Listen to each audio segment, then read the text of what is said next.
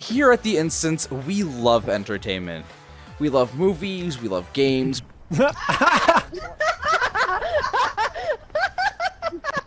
But one thing we really love, more than anything in the world, is theme parks.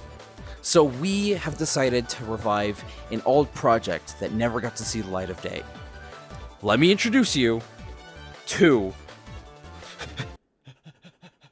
Wait, dancing next to my kid. Parkaholics. Oh, camera's over here. My bad. Parkaholics. The idea is we will be giving updates as well as tips and tricks on the theme parks. You know, fun things like Easter eggs about Disney, Universal, budgeting, things like that. So without further ado, welcome everyone to Parkaholics. My name is NickyDoesThings, and I will be your ride operator this evening.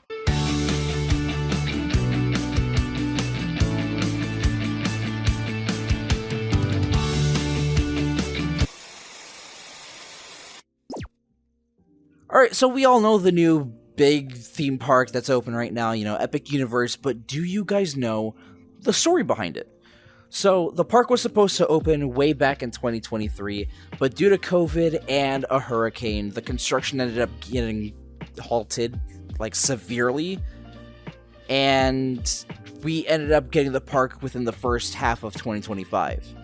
Now, this new park, being the first brand new park in the entire state of Florida since the very late 90s, marking almost 30 years without a new theme park. Now, the park was created with the idea of turning the Orlando area into a true vacation and tourism destination without even having to leave the resort, which is why the Helios Grand Hotel sits in the back of the park. Not just for a great view of the technical marvel itself, but also so guests coming in have a place to stay. However, this isn't even the half of Epic's story, not by a long shot. So I don't know if many of you know this, but Epic Universe originally started out with the idea to expand the already existing Universal Studios park. Now, tell me if you've heard this story before.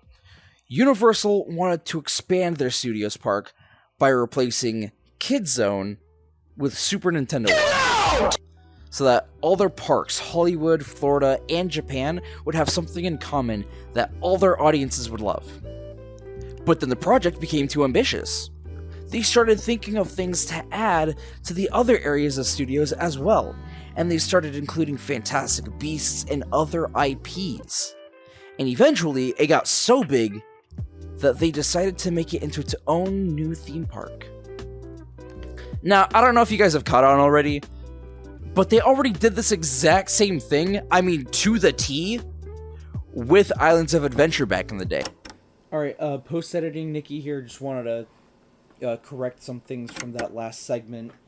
So Epic Universe is the only park between Epic and Islands of Adventure that had this kind of story, where it had a small idea of it being put in studios and then expanded upon it. That was my mistake. Islands of Adventure never had that, especially since KidZone was never a thing when Islands of Adventure was being created.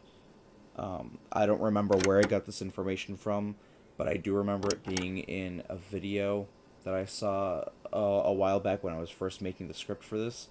But just wanted to correct that real quick. I'm so sorry. Thank you for your time, and please enjoy the rest of the video. And the rest is history. They finished construction very early on and did a lot of testing earlier this year, and eventually they opened for previews during the months of March and the earlier parts of May, right before opening later that month. But what kind of fun little secrets have already been discovered since the park opened?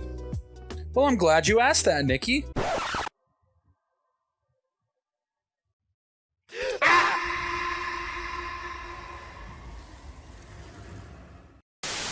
So throughout the park, you can see subtle nods to Back to the Future, as well as statues and hidden details to tell you a story about the park itself.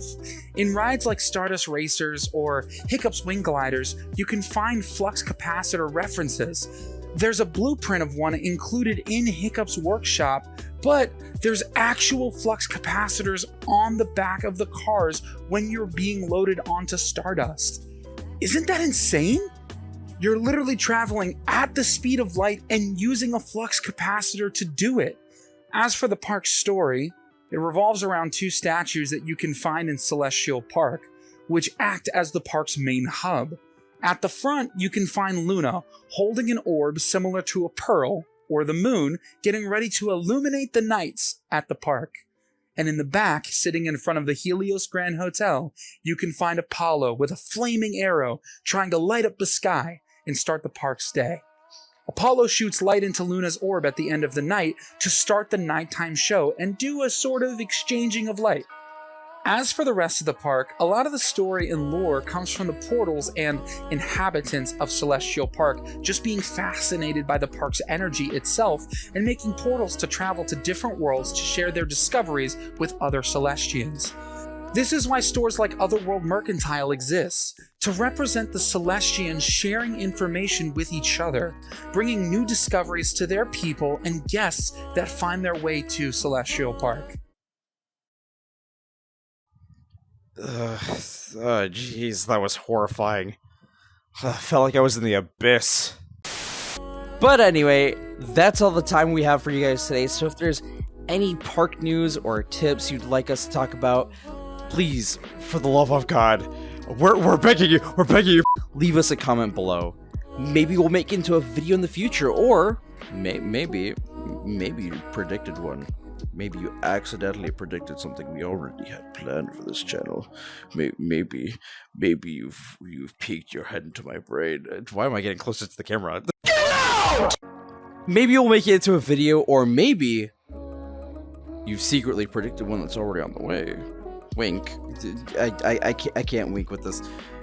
Next time, we will be talking about a couple things Disney, maybe a couple more things Universal. You never know. But until then, stay awesome, and don't forget your ride photo on the way out. We'll see you guys next time. We got the headbands. Oh, Nicky, The famous headbands. it's the power gloves. Ancient gloves of yore.